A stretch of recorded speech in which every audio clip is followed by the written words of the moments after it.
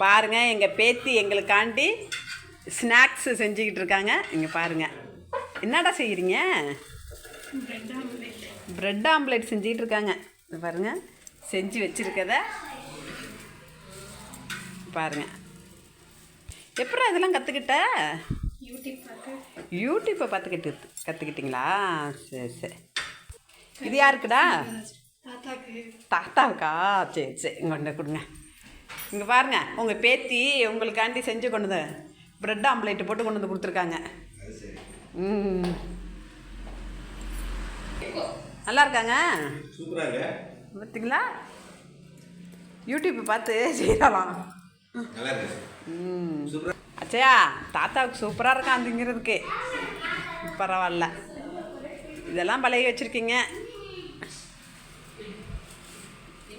உங்களுக்கு வேணும்னாக்கா எங்கள் அச்சியாக்கிட்ட வந்து